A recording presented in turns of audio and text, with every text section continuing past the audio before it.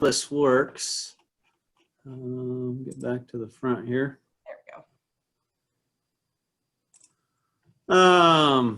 Yeah, like she said, my name's Rick Arnold. I'm a biologist with the Nebraska Game and Parks Commission in the Pine Ridge in the northwest corner of Nebraska. Currently, we've got 22,000 acres of wildlife management areas we manage.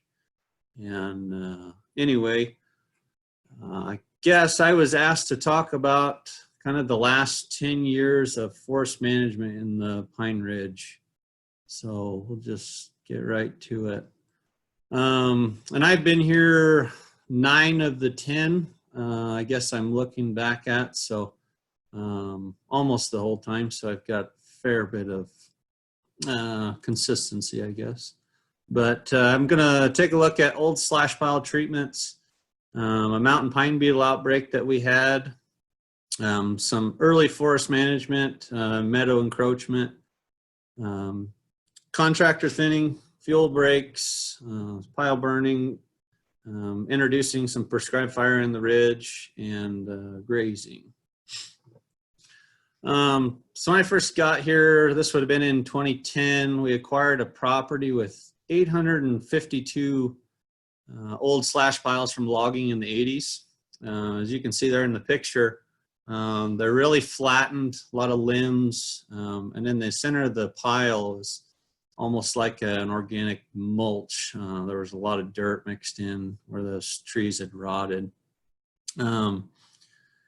And you know, when you get a lightning strike, they were just landmines waiting to happen for wildfire, and they were just hard to deal with. And not to mention, they were a noxious weed seed bank. You know, the thistle would go to seed, and it was just a really good seed catch in those cavities. So it was what to do with them. Do you bury them? Do you chop them up, mulch them, or do you spread them? And in this instance, we decided we would try mulching them up. And so we had a Fecon mulching head on a skid steer. You would just kind of run back and forth and grind those. Worked pretty efficient. And then on the front of a skidder is what they call a roller chopper. And it was pretty similar mechanical action to break those piles down. And yeah, you would just back over and forward and back and until that was all mulched up. And this was kind of the finished product. Pretty well got them flattened out, and a pretty nice seed bed prep. A couple there. But that's what we were left with. Quite a bit of dirt in them, and then it was just a really fine mulch. So then it was, what do you do with them now? You know, we knew that there was a lot of seed that had blown in. So we went ahead and we put on wheat and rye and a native grass mix to those piles on that seed bed that we had prepped. And then here come the thistle. Thistle and Canada thistle mostly, and then hound's tongue. And it was just a constant, seemed like it was about a 3-year battle with that, but it sure looks nice now. And this was, to my knowledge, the only mountain pine beetle outbreak Nebraska's ever had. It was at Gilbert Baker Wildlife Area north of Harrison. It's about 5 miles from Wyoming and about 15 from South Dakota, so right in the northwest corner. They did an aerial flight and identified 73 different clusters within the WMA, and that comprised of about 131 trees. And then right adjacent to the WMA, there was about 140 and approximately 200 trees. We didn't go over there and do those, but and then the flight was in late 2010, and then treatment started in 2011. And I just want to point out, you can kind of see there around the flagging the pitch tubes where the larva had been expelled, you know, from the tree. So some of the specs that we used, so we wanted to treat it before April 15th, before the sap really got flowing in the trees when everything was still pretty dormant and it was cold. But pine trees with greater than 10 hits and or trees showing dried frass were felled. And then they were bucked into 2-foot chunks until you reach that 4-inch diameter moving up the trunk. The bark was removed from no less than 25% of that circumference.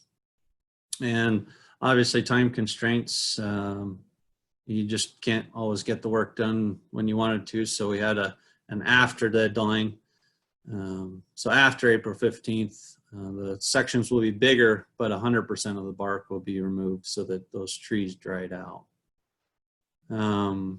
This is one of our, this is Fred McCartney. He actually works for the Nebraska Forest Service now, but he was the one that kind of spearheaded this project and was really instrumental in getting this thing moving. But you can see there, those pitch tubes were really apparent on this one.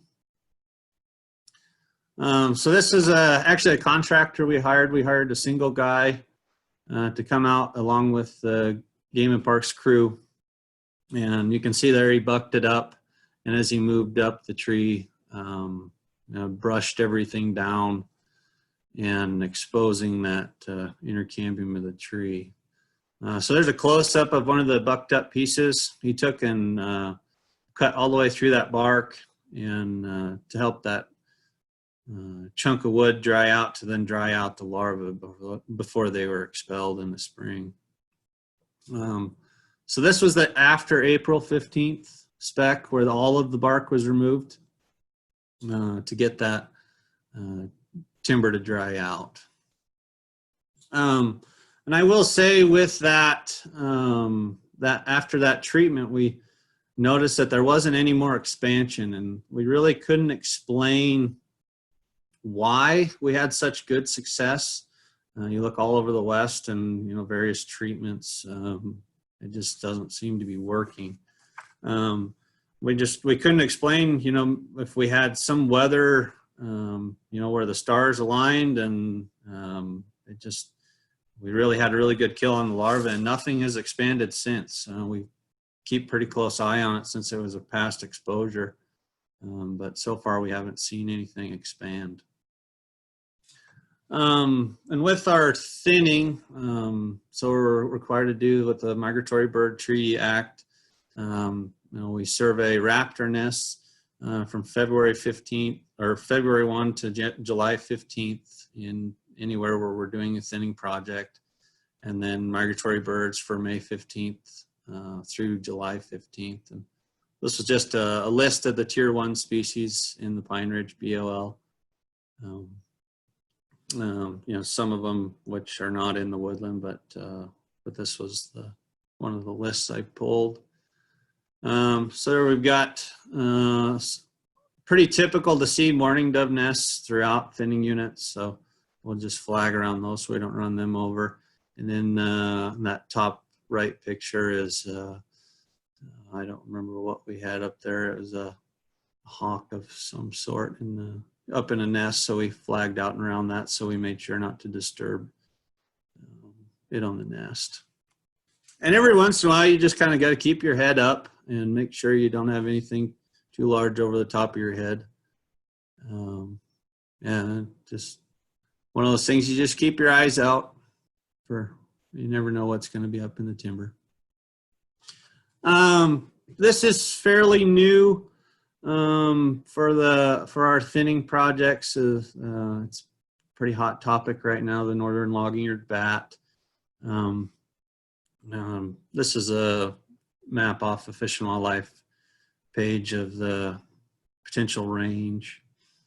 We haven't confirmed any presence on any of our wildlife areas, but we are observing the no cut in June and July.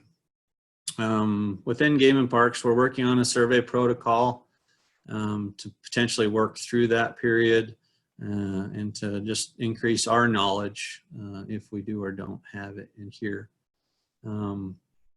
Some of our private lands folks have worked on some acoustics, and put up some acoustic stations on some of the WMAs and the adjacent Forest Service lands to just trying to increase our knowledge. And yeah, so far we just haven't been able to confirm. So this was early on. This was all in-house Game and Parks work. This was back in 2010, before I got here. But it was just a meadow encroachment project to take out some of these trees that were encroaching out into the open grasslands. And it was just starting to choke them out. So they treated 50 acres in 2010. Pretty sophisticated trimming saws, yeah, looking back 10 years and cutting little trees with a weed eater with a blade on it, and how we've advanced now. But this was one of the ways they were doing it. Then I got to get Steve in here. He's a longtime tech we've had here at the Ponderosa, and he's kind of our go-to tractor operator. And this was his toy for the summer. He went around and tree sheared off the meadow trees there. You can see lopped one off and is carrying it to the pile. So they just stacked those meadow trees, and then actually had a guy that wanted the firewood, so they had bucked off the firewood chunks. And anyway, then we ended up burning up the slash piles with that.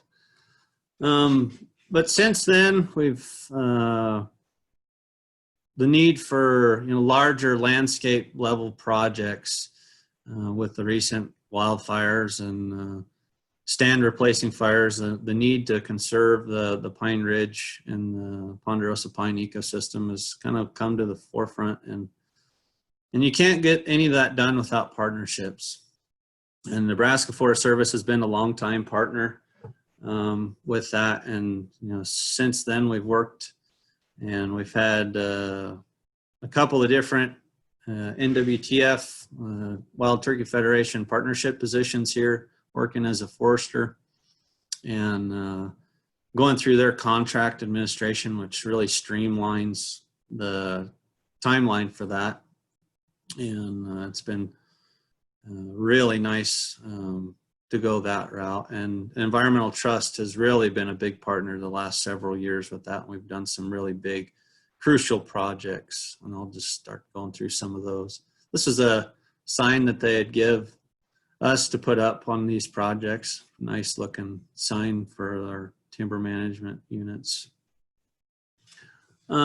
This is the contractor and in-house treatments. This is kind of the totals for the last 10 years. So the ladder field projects are mainly are small diameter, pulling those out of the drip line of the larger trees, and then all age class thinning.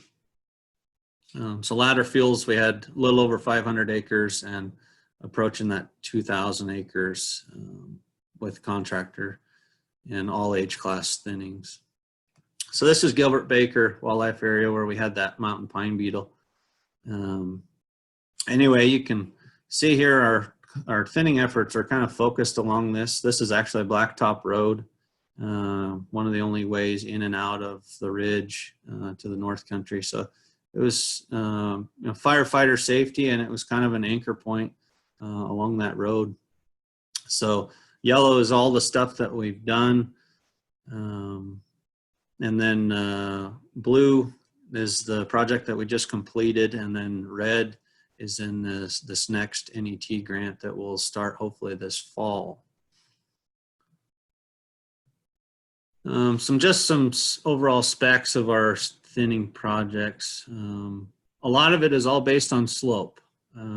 Once you get over that 60% slope, it really turns into a safety component with our contractors. So, but 0 to 45% is an all diameter at breast height can be cut, and anything larger than that 4-inch must go to a pile.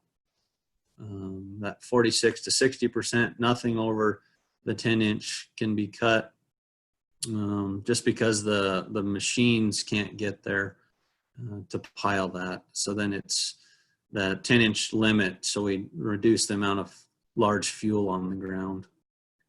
And then that 60% is a no-cut area, and it just all depends on that contractor. Some are really willing to go more than that, and others are really right on that 60%, but it all comes back to safety.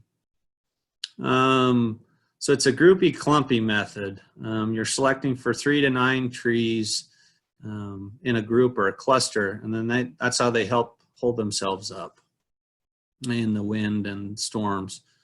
And then we're looking for that 30 to 80 square feet of basal area per acre, and I'll get into that here when we get into some pictures. But that 30 is more on your south facing slopes, your drier slopes, and then the 80 is on the north facing wetter slopes.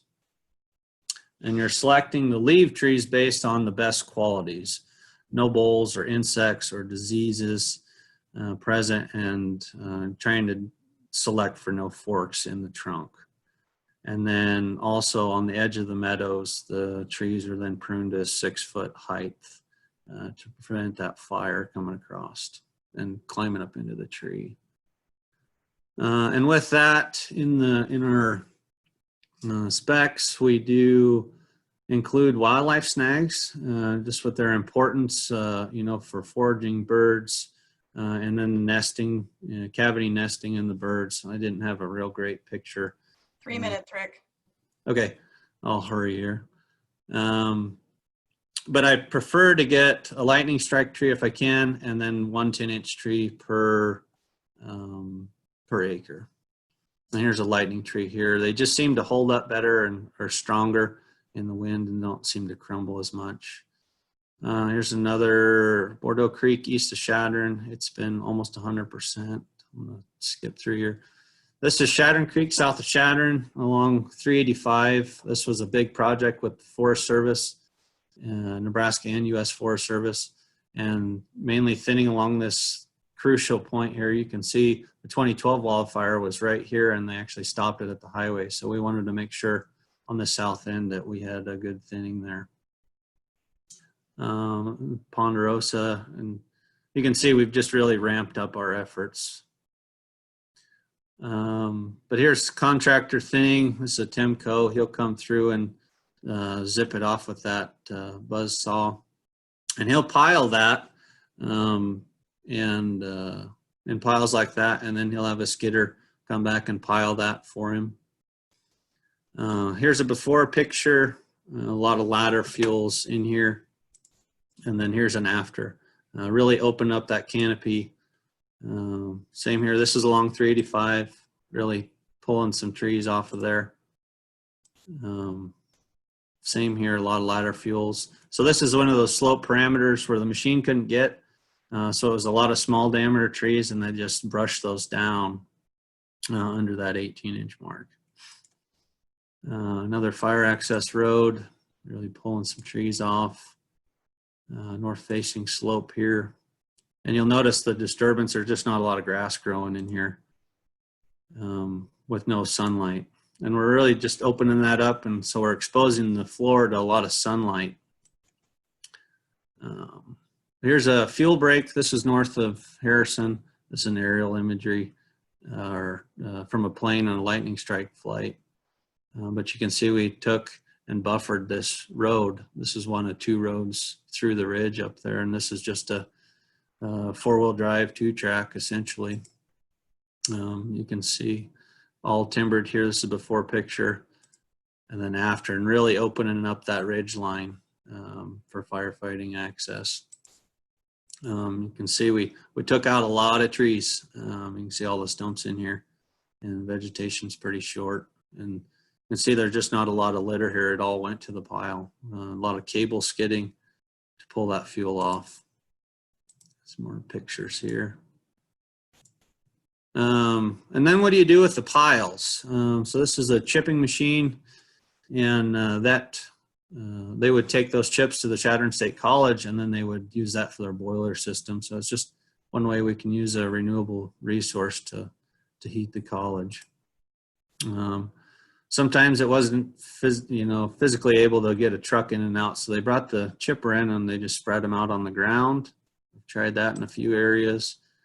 This was actually a remote controlled track chipper. He did the same thing essentially, just a little more mobile. And then that's what you're left with. And the ones they couldn't get to, then we would go ahead and burn. This is a picture a year after thinning, and you can see all of the grass that's grown underneath. Same here.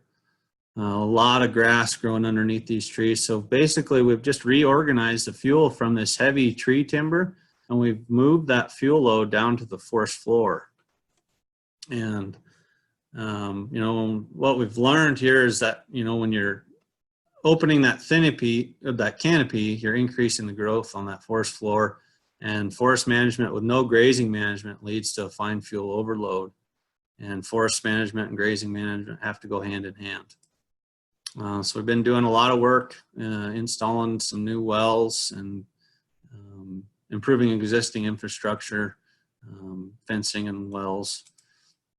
But here you can see, you know, an area that 100% no graze versus graze, and this was one of our drought years, so it really makes a difference in that fuel load. And then moving into fire, trying to get some prescribed fire on the landscape. This was a burn we did last fall with the U.S. Forest Service, and working together to get that reintroduced on the landscape. And this was one that we're planning this fall, not looking real likely, but cooperative burn between U.S. Forest Service, a private landowner, and ourselves, just to have a real solid fire break, and to reduce that dead and down timber, reduce the meadow encroachment, and just a multi-agency training. And to kind of cap everything off, you can't do a landscape level project alone. This was part of our work on our prescribed burn that we're doing, but just a lot of cooperative projects, and yeah, just you can't do it alone, you know, even funding wise and manpower wise. You just got to all work together to get anything landscape level done. So I guess with that, I'm going to pull the pin.